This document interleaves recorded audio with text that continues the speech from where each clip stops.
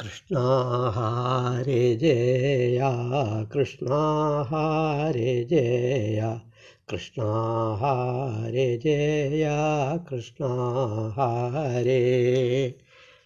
ദശകം 41. വ്രജേശ്വര ശൗരിവചോ നിശമ്യ സമാവ്രജന്നധ്വനിഭീതചേതാ നിഷ്പിഷ്ടനിശേഷതരും നിരീക്ഷ്യ കിഞ്ചിൽ പദാർത്ഥം ശരണം ഗതസ്ത്വം. വസുദേവർ പറഞ്ഞു കേട്ട് വളരെയധികം വിഷമത്തോട് കൂടിയിട്ടാണ് നന്ദഗോപർ വരുന്നത്. വഴിക്കൽ മുഴുവൻ ഭയം. എന്താണാവോ സംഭവിച്ചത്? എന്തോ ദുർനിമിത്തങ്ങളുണ്ടെന്ന് പറഞ്ഞില്ലേ, പെട്ടെന്ന് പോകാൻ പറഞ്ഞില്ലേ, എന്തോ വരും, എന്താണാവോ എന്ന് വിചാരിച്ച് ഇങ്ങനെ പോകുമ്പോഴങ്ങനെ കുറച്ച് നടന്ന് അവിടെ എത്തിയപ്പോൾ കാണുന്ന കാഴ്ച വളരെ പേടിപ്പിക്കുന്നതാണ്. മരങ്ങളെല്ലാം തട്ടി വീഴ്ത്തി തഴവിട്ട് പൊടിയാക്കിയിട്ട് അപ്പുറത്തൊരു വസ്തു, എന്തോ ഒരു സാധനം അവിടെ കിടക്കണം കണ്ടു. നിഷ്പിഷ്ട നിശേഷതരും നിരീക്ഷ്യ കഞ്ചിൽ പദാർത്ഥം ശരണം ഗതസ്ത്വം. കുറേ മരങ്ങൾ, അതൊക്കെ തവിട്ട് പൊടിയെ തട്ടി വീഴ്ത്തി ഒരു വല്ലാത്തൊരു സത്വവും കണ്ടു. അതെന്തായിരുന്നു? അതാണ് പൂതന. പൂതനയുടെ മരണവെപ്രാളത്തിൽ മരങ്ങളൊക്കെ തട്ടി വീഴ്ത്തി ചവിട്ടി അരച്ച് എന്തൊക്കെയോ ആക്കി. ആ മരണവെപ്രാളമാണ്. ഇത് കണ്ടപ്പോൾ പേടിയായിരുന്നു. അയ്യോ, പറഞ്ഞത് ശരി തന്നെയാണ്. ശരണം ഗതസ്ത്വം. ഭഗവാനെ, നന്ദഗോപുരം നല്ലപോലെ ഭഗവാനെ അങ്ങോട്ട് മനസ്സിൽ ധ്യാനിച്ച് രക്ഷിക്കണേ, ആപത്തൊന്നും വരുത്തരുതേ എന്ന് പ്രാർത്ഥിച്ചു. നിശമ്യ ഗോപീ വചനാദുദന്തം സർവേപി ഗോപാ ഭയവിസ്മയാന്ധാ ത്വൽപാദിതം ഘോരപിശാചദേഹം ദേഹുർവിദൂരേഥ കുഠാരകൃത്തം. നമ്മൾ കണ്ടു പൂതനയുടെ ശരീരത്തിൽ നിന്ന് ശ്രീകൃഷ്ണനെ എടുത്തു കൊണ്ടുപോയി ഗോപികളെന്ന്. ഇപ്പം ഇവിടെ പൂതന മാത്രമേ ഉള്ളൂ. ഭഗവാൻ ഗോകുലത്തിലെ വീട്ടിൻ്റെ ഉള്ളിൽ എത്തിയിരിക്കുന്നു. ഗോപികൾ വിവരം പറഞ്ഞു, എന്താണ്ടായതെന്നൊക്കെ പറഞ്ഞപ്പോൾ നിശമ്യ ഗോപീ വചനാദുദന്തം സർവേപി ഗോപാ ഭയവിസ്മയാന്ധാഹ. എല്ലാവരും അത്ഭുതപ്പെട്ടു. എന്താണത്?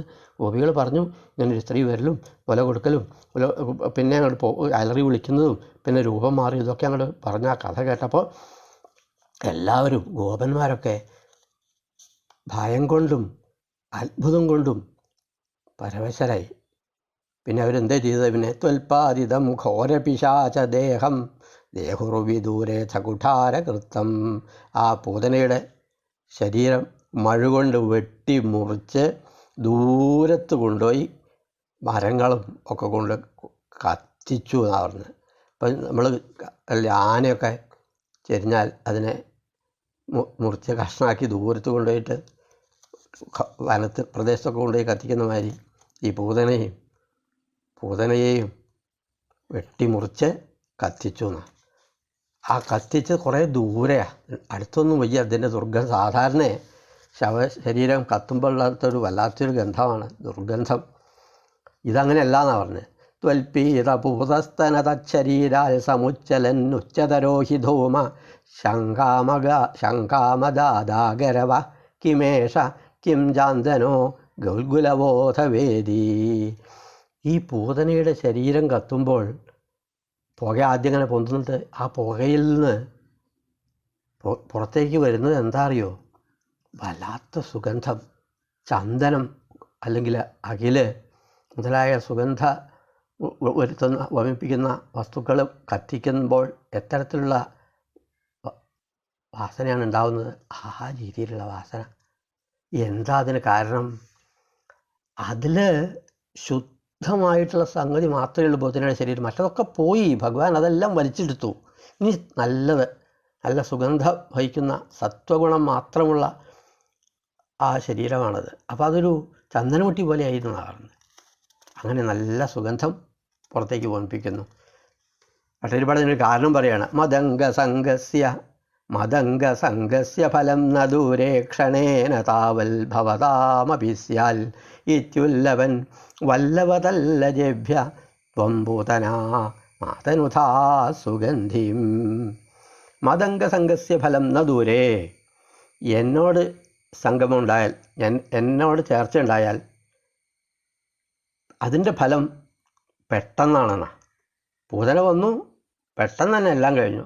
ഇതുപോലെ ഗോപന്മാരോട് പറയണം, നിങ്ങൾക്കും ഇതേപോലെ എന്നോട് ചേർന്നതുകൊണ്ട് നല്ല ഫലം ഉണ്ടാവും കേട്ടോ എന്ന് പറയുകയാണ് ഭഗവാൻ ചെയ്യുന്നത്. ഇതെന്ന് വ്യക്തമാകുന്ന സംഗതി എന്താ വെച്ചാൽ, ഭഗവാനോട് ചേർന്നാൽ നമ്മളിലുള്ളതായ എല്ലാവിധത്തിലുള്ള ചീത്ത വികാരമോ വിചാരമോ എന്തായാലും അതൊക്കെ പോവും. എന്നിട്ടോ നല്ലതായിത്തീരും.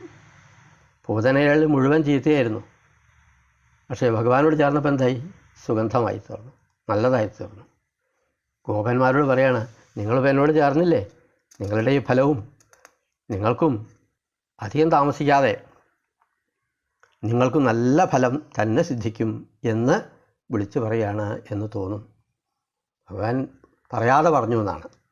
ചിത്രം പിശാച്യാനഹത കുമാര ചിത്രം പുരൈവാഗധി ശൗരിണേദം ഇതി പ്രശംസൻ കില ഗോപലോകോ ഭവന്മുഖാലോകരസൈന്യമാംക്ഷിയിൽ.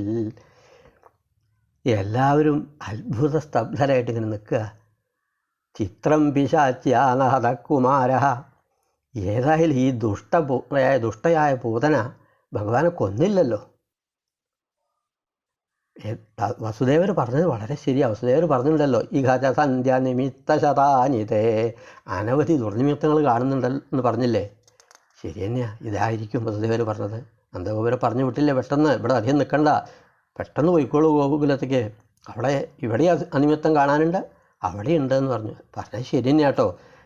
പുരൈവാഗധി ശൗരിണേദം ഇതി പ്രശംസൻ കില ഗോപലോകോ ഭവന്മുഖാലോകരസേന്യമാംക്ഷിയിൽ. അങ്ങയുടെ മുഖം നോക്കി രസിച്ചങ്ങനെ നിന്നു എന്നാ. ഇതിങ്ങനെ പറയാം, എന്തൊരു അത്ഭുതം അത്. ഇത് പറയുമ്പോൾ ആ ഭഗവാന്റെ മുഖത്തേക്ക് ഇങ്ങനെ നോക്കിക്കൊണ്ട് അവർ പറയുന്നത്. അതിലങ്ങോട്ട് മുഴുകിപ്പോയി അവർ. എന്നിട്ട് ഭഗവാൻ അങ്ങനെ പ്രശംസിച്ചു നോക്കി. എല്ലാ ദിവസവും അവർക്ക് ഭഗവാനെങ്ങനെ കാണുമ്പോൾ തന്നെ എല്ലാം മറന്നു പോവുകയാണത്.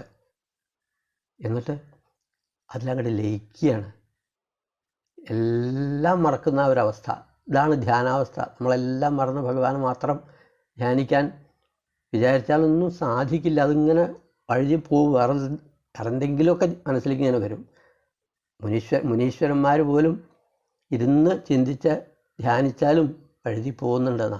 ഇവർക്ക് സുലഭമായിട്ട് സാധിക്കുകയാണ്. ഒരു വിഷമമില്ലാണ്ട് എപ്പോഴും ഇങ്ങനെ കാണാൻ സാധിക്കും. അതാണ് ഏവം ദുർലഭ്യവസ്തുന്യപി സുലഭതയാ ഹസ്തലബ്ധേ.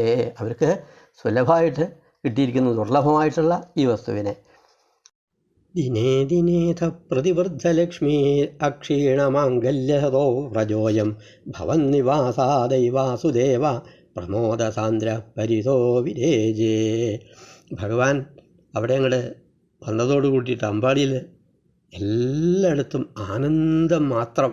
പിന്നെയോ ദിനേ ദിനേഥ പ്രതിവൃദ്ധലക്ഷ്മി, ദിവസം തോറും എന്താണ് സമ്പത്ത് അങ്ങനെ വർദ്ധിച്ച് ഐശ്വര്യം വർദ്ധിച്ച് വരികയാണ്. ഗോപികൾ പറയുന്നുണ്ട്, വ്രജവിഭൂഷയായി നീ പിറന്നാൽ മുതൽ വസിക്കയാമിങ്ങു പൂമകൾ. ഭഗവാൻ ഇവിടെ വന്നതോട് കൂടിയിട്ട് മഹാലക്ഷ്മി ഒപ്പം ഇവിടെ വന്നിട്ടുണ്ട്.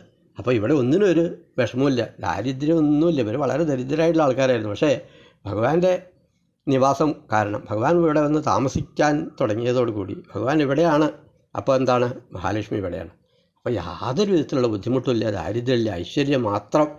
പിന്നെയോ പ്രമോദസാന്ദ്ര പരിതോ വിരേജേ. അവർക്കൊക്കെ എന്തൊരാനന്ദ, ദുഃഖം എന്നുള്ളതില്ല തന്നെ. ഈ ഇതിന് കാരണം എന്താ? ഭവന്നിവാസാത്, ഭഗവാനെ ഇവിടെ വന്ന് താമസിച്ചതുകൊണ്ടാണ്. പിന്നെ ഗോപസ്ത്രീകൾ എങ്ങനെയായി തീർന്നു? ഗൃഹേഷു തേ കോമളരൂപഹാസമിഥ കഥാ സങ്കുലിതാ കമന്യ പ്രത്യേഷു കൃത്യേഷു ഭവൻ നിരീക്ഷ സമാഗത പ്രത്യഹമത്യനന്ദൻ. ഗോപസ്ത്രീകൾ അവർക്ക് അവരുടെ വീടുകളിൽ പല ഗൃഹകൃത്യങ്ങളുണ്ടാവില്ല, ജോലികൾ.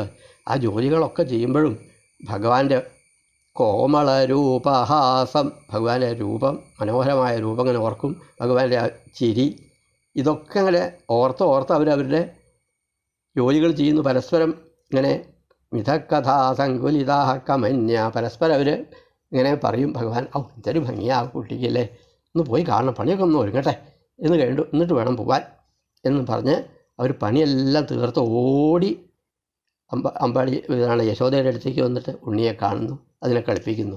അപ്പോൾ അവരുടെ പ്രവൃത്തികൾ വേഗം തീർക്കുക, വീട്ടിലെ ജോലികളൊക്കെ തീർത്ത് ഓടി വന്നിട്ട് ഭഗവാനെ കളിപ്പിക്കുകയാണ്. അഹോ കുമാരോ മയി ദത്തദൃഷ്ടി സ്മിതം കൃതം മാം പ്രതിവത്സകേന ഏഹ്യേഹി മാമിത്യുപസാര്യപാണി ത്വയീശ കിം കിം ന കൃതം വധൂഭി. ഗുരുവായൂരപ്പാ ശരണം. അയ്യോ, ഈ കുട്ടിയെ നോക്കിയിട്ട് പറയും, അഹോ കുമാരോ മയി ദത്തദൃഷ്ടി, ഇവൻ എന്നെ തന്നെയാണ് നോക്കുന്നത്, എന്നെ നോക്കിയാ ചിരിക്കുന്നത്.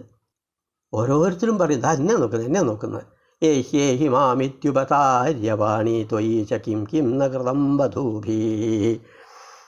ഓരോരുത്തർ ഇങ്ങോട്ട് വരൂ ഒരു ഗോപി എടുക്കും, എന്നിട്ട് അത് കഴിഞ്ഞാൽ മറ്റേ ഗോപിയുടെ അടുത്ത് പോകുന്നു. ഇങ്ങനെ ഭവദ്ബപുസ്പരിശന കൗതുകേന കരാൽക്കരം ഗോപവധൂ ജനേന നീതസ്ത്വമാതാമ്രസരോജമാലാവ്യാലംബി ലോലം ബതുലാമലാസി.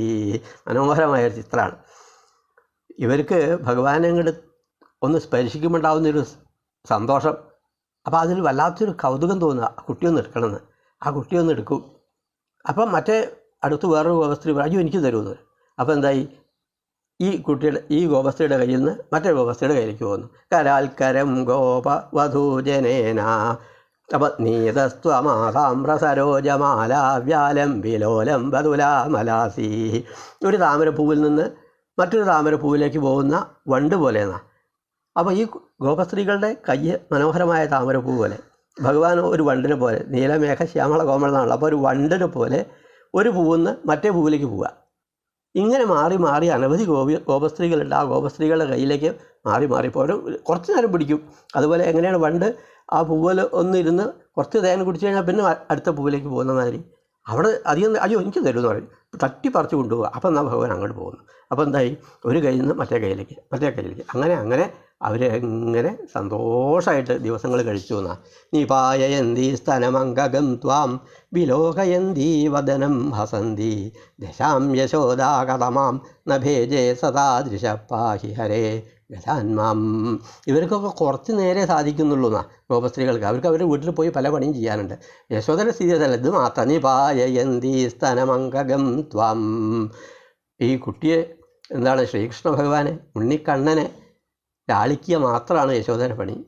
മറ്റു പണികളൊക്കെ വേറെ ആൾക്കാരുണ്ട് ചെയ്യാൻ. ഈ വീട്ടിൽ മുല കൊടുക്കുന്നു. നിവായയന്തി സ്തനമംഗം ത്വാം വിലോകയന്തി വദനം ഹസന്തി. മുഖത്തേക്ക് അങ്ങനെ നോക്കുകയാണ് ആ ഉണ്ണിക്കണ്ണൻ്റെ. അപ്പം എന്തൊന്നുമില്ലാത്തൊരു സന്തോഷം, അങ്ങനെ ചിരിക്കുന്നു. ഉണ്ണിയും ചിരിക്കുന്നു, അമ്മയും ചിരിക്കുന്നു. നിപായയന്തി സ്തനം, മുല കൊടുക്കുന്നു. ആ മുല കുടിച്ചിട്ടുള്ള ആ സന്തോഷം, പാലിങ്ങനെ കുടിച്ചിട്ടുള്ള സന്തോഷം കൊണ്ട് ചിരിക്കുന്നു. വിലോകയന്തി വദനം ഹസന്തി. അങ്ങനെ സന്തോഷവതിയായിരിക്കുന്ന ആ യശോദയുടെ ഒരു ഭാഗ്യം. ദശാം യശോദാ കഥമാം നഭേജേ സദാദൃശ പാഹി ഹരേ ഗതാന്മാം. എന്തൊരു ഭാഗ്യമാണ് യശോദയ്ക്ക്. അങ്ങനെ യശോദയ്ക്ക് ഇത്തരത്തിൽ ഭാഗ്യമെല്ലാം നൽകിയ അല്ലയോ അത്തരത്തിലുള്ള ഭഗവാനെ, അപ്രകാരമുള്ള ഭഗവാൻ, അവിടുന്ന് എന്നെയും രോഗത്തിൽ നിന്ന് രക്ഷിക്കണമേ, പാഹി കൃഷ്ണ ഹരേ രക്ഷിക്കണേ എന്ന് പ്രാർത്ഥിച്ചുകൊണ്ടാണ് ഈ പൂതനാമോക്ഷത്തിൻ്റെ ബാക്കി ഭാഗം അവസാനിപ്പിക്കുന്നത്. സന്തോഷമാണ്, ഇപ്പോൾ പൂർണ്ണ സന്തോഷമാണ്. എല്ലാവരും ആനന്ദത്തിൽ അങ്ങനെ ആറാടി കളിക്കുകയാണ്. ഏറ്റവും കൂടുതൽ ആനന്ദം യശോദയ്ക്കാണ്. അതിനുള്ള ഭാഗ്യവും അതിനുള്ള യോഗവും യശോദയ്ക്കാണുള്ളതാണ് അർത്ഥം. നാരായണ സർവത്ര ഗോവിന്ദനാമ സങ്കീർത്തനം. ഗോവിന്ദ ഗോവിന്ദ.